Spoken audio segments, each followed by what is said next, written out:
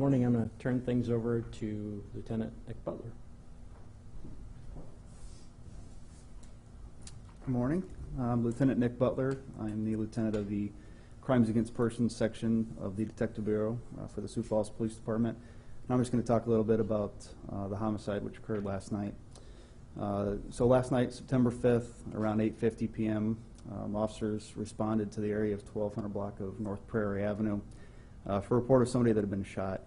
Responding officers found the deceased, Kayshawn Marcel Tyler, a 26-year-old resident of Sioux Falls, dead in the apartment. Throughout the night, detectives and officers followed leads and spoke with witnesses there, and were able to determine that a Darian Lamar Johnson, a 38-year-old resident of Sioux Falls, was the suspect in that homicide.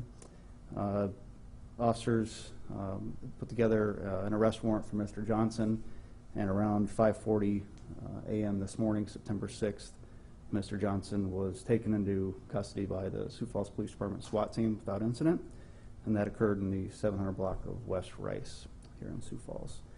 Mr. Johnson has been charged with first-degree murder, second-degree murder, possession of a firearm by a convicted drug felon, and he was on parole. He was listed as a parole absconder as well. Any questions?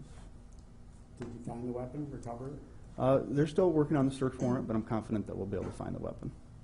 Can you talk to us a little bit about the relationship between the victim and... Sure. So it appears, based on the investigation, that the victim, the suspect, and then a female were involved in some sort of a physical altercation prior to the shooting. The three seem to be known to one another, so it's not a random event. Inside the building or outside? In a building in that 1200 block in North Prairie. Yep. Earlier, officers were in the area due to a subject that fled from them. Is that in connection with?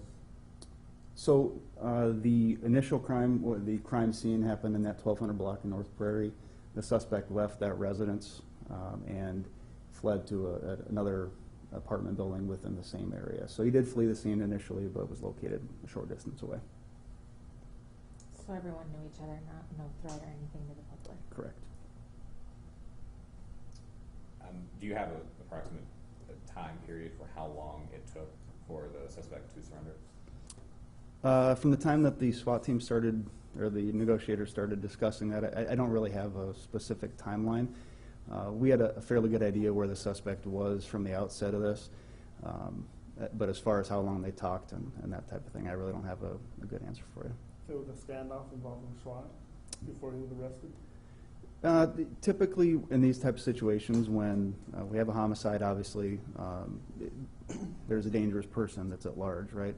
And in this case, the suspect was thought to be in possession of a gun. So in those situations, we'll turn that over to the SWAT team, rely on their expertise, their tactics, and our negotiators to come to a peaceful resolution, which is what we did in this case here. And speaking of that peaceful resolution, there's been several officer-involved shootings where suspects maybe are not so willing to give themselves out in the situation. Sure. It escalates and becomes violent. Can you speak a little bit to the fact that this is a successful negotiation and a successful arrest of a suspect? Sure. I mean, this is the outcome that we want every time, whether it's an arrest on the street, whether it's an arrest following a violent incident like this. The last option, of course, is deadly force, but unfortunately sometimes we're forced to make those decisions. And we're all very grateful that didn't happen here, and to be honest, we do appreciate the suspect being cooperative and complying with the police commands, and that's why we ended up in this type of resolution.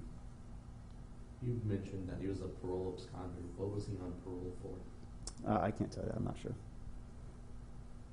Were there other people in the room Where it happened? I mean, or was it just those three that kind of witnessed what happened? It's those three. We have good witness accounts. We received a lot of cooperation from folks on scene, both people that were involved and those on the periphery. So we appreciate that cooperation. That always helps us wrap these things up a lot quicker.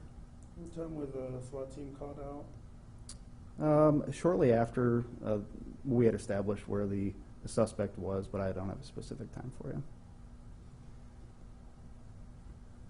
Just to clarify, the location of the homicide itself and the location of the suspect whenever he was eventually arrested are not the same location? They're very close, but they're not the same location. Understood. And would you be able to spell out the victim and suspect's names? I'll get that. Okay, thank you. All right, thank you.